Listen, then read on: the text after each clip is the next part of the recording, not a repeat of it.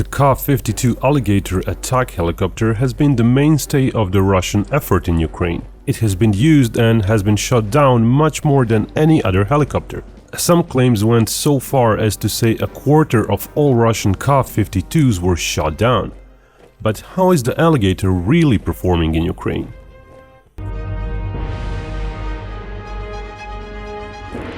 Salutations! I have been told there's an imposter out there, a whole army of them actually. They've been made to look like me. The nerve. And I will not stand. I will not... Man, you are cute. Well, I guess I could use an adjutant. Come here, little fella, I'll take you home. And you too can take your own Bink of adjutant. Available at Crowdmate store. Yep, we made a Bink of plushie. If you want one for yourself or as a gift, do check out our Crowdmate store. The link is available below in the video description.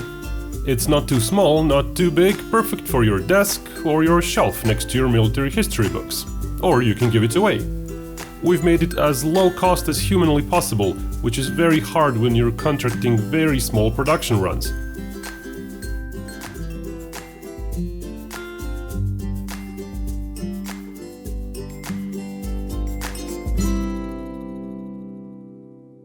According to an October tweet posted by the British Ministry of Defense, the Russian Air Force lost a quarter of their Ka-52 fleet. The tweet also said the Air Force had 90 Alligators prior to the war.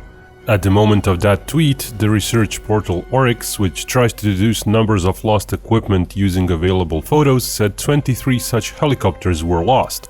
Since then, the Oryx figure went higher to 27. That may or may not be true, as using photos is kind of unreliable.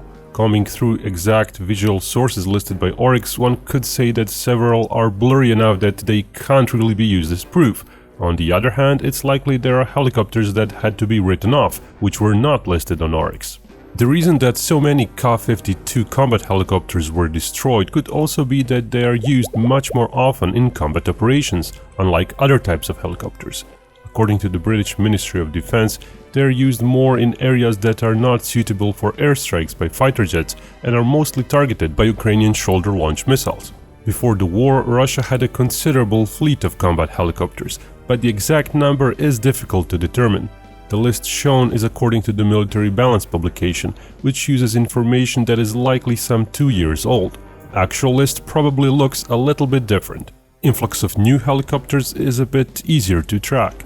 Over the years, there were public contracts that the manufacturers of helicopters got, alongside news announcements of annual helicopter deliveries. Using those, one can more accurately track the Ka-52 and Mi-28 helicopters. Tracking retirement of older types is harder though, so those figures shown are more of a loose estimate. So that British Ministry of Defense tweet that about 25% of Ka-52s were destroyed is likely based on out-of-date information. In reality, it's more likely that if indeed 23 Ka-52 were lost, said figure represented 16% of the fleet type. To date, that figure might have went up to 19%. Mi-24 and Mi-35 are not in production anymore. The original Hind itself is on its last legs, and there might be fewer than 100 Mi-24 in service. While 70 or so Mi-35 are more modern, they are still a dated design, stemming from the same Mi-24. They still lack quality sensors and weapons. According to Oryx's list on October 25th, Hind variants were not frequently lost over Ukraine, but the reason for that is that the Ka-52 was and is used much more often than other types of Russian attack helicopters. The battlefield in Ukraine is such that flying over the front line is close to playing Russian roulette.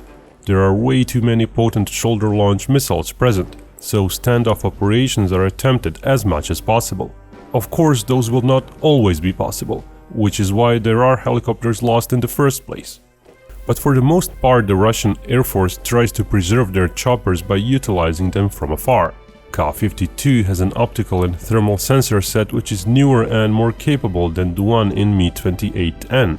Indeed, a recently modernized 28N prototype has been observed with a similar set of optics as the Ka-52. Mi-28NM is another potent new variant which will allegedly come standard with the mast-mounted radar, but that variant, in testing since 2016, has only recently started serial production and first airframes are scheduled to reach the Russian Air Force late this year. On the other hand, all the Ka-52s in frontline use today already do have a battlefield surveillance radar. Housed in the nose of the Ka-52, its millimeter wave frequency is useful for tracking enemy targets. In a way, it's similar to the longbow radar used on the US Apache helicopters. The combination of said radar and somewhat better optics allows Ka-52 to be more useful in detecting and tracking enemy targets, especially at night and in adverse weather. Hence, Mi-28 isn't used as much as Ka-52 either. It still trails behind the Ka-52 in actual battlefield usefulness. Given better sensors, it's not surprising that Ka-52 has better missiles integrated into it. It uses Vickers missiles, which are laser beam riders. Mi-28 uses Ataka missiles, which ride a radio command beam. The latter system is cheaper but more prone to enemy signal jamming. Ataka missile, being an older design, is also of shorter reach. There are other systems present, like the LNUR or Izdalia 305 missile, which has been observed on a select few test Mi-28 and Mi-8 helicopters for a few years now. Those missiles are not very numerous, given they're new and expensive. Plus, their long range really means helicopters used to test them need better sensors if they are to utilize them without third-party targeting. Mi-28, despite their high inventory numbers, had only 6 airframes lost, according to Oryx. That amounts to just 5%. But, as said, that's likely because Mi-28s were not used nearly as much over Ukraine. The other reason might be due to structural issues. Both helicopters have a roughly similar self-defense suite, various sensors warning the crew against incoming various threats. But the Mi-28 is structurally sturdier. Ka-52's coaxial rotor system is more prone to vibrations and can, in extreme circumstances, result in losses stemming from mechanical failures. Those rotors, however, do enable the Ka-52 to be somewhat more maneuverable in the air. It's, however, debatable whether extra maneuverability would save it against incoming missiles. Ka-52 is also not as well armored as Mi-28 is, which is likely the most armored helicopter in the world. So the Mi-28s might in some instances survive some missions that the Alligators would not have survived, even heavily damaged. Ka-52 is unique in having ejection seats, but while that enables its crew to survive certain situations, the helicopter losses are not affected by it. The protection difference, however, is unlikely to account for the most of the losses difference.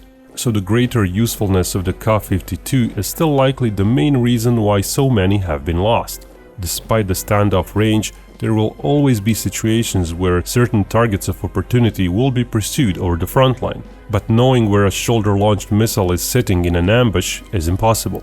It's also impossible to know whether Western-made choppers would have done much better in the same situation. Most likely they would not. Even the newest US Apache variants with their potent long-range sensors still suffer from the short reach of their Hellfire missiles. They might, however, detect some threats a bit more easily and not put themselves in harm's way in the first place. So far, total Russian helicopter loss rates, while heavy, can still be offset to a fair degree with newly produced helicopters. The urgent modernization of the Mi-28N is likely an attempt to make that fleet useful as well in the war. But long-term wise, Russia still seems to be losing twice as many attack helicopters per year as it's capable of procuring. It's likely the Alligator will remain the mainstay of Russian attack choppers in Ukraine for some months to come, but the Mi-28s, when properly modified, may gradually start to pull their own weight as well. That may have actually started happening, because since that British tweet on October 25th, Mi-28 losses accumulated faster than Ka-52 losses. It may be a signal that the Mi-28 has been maturing as well.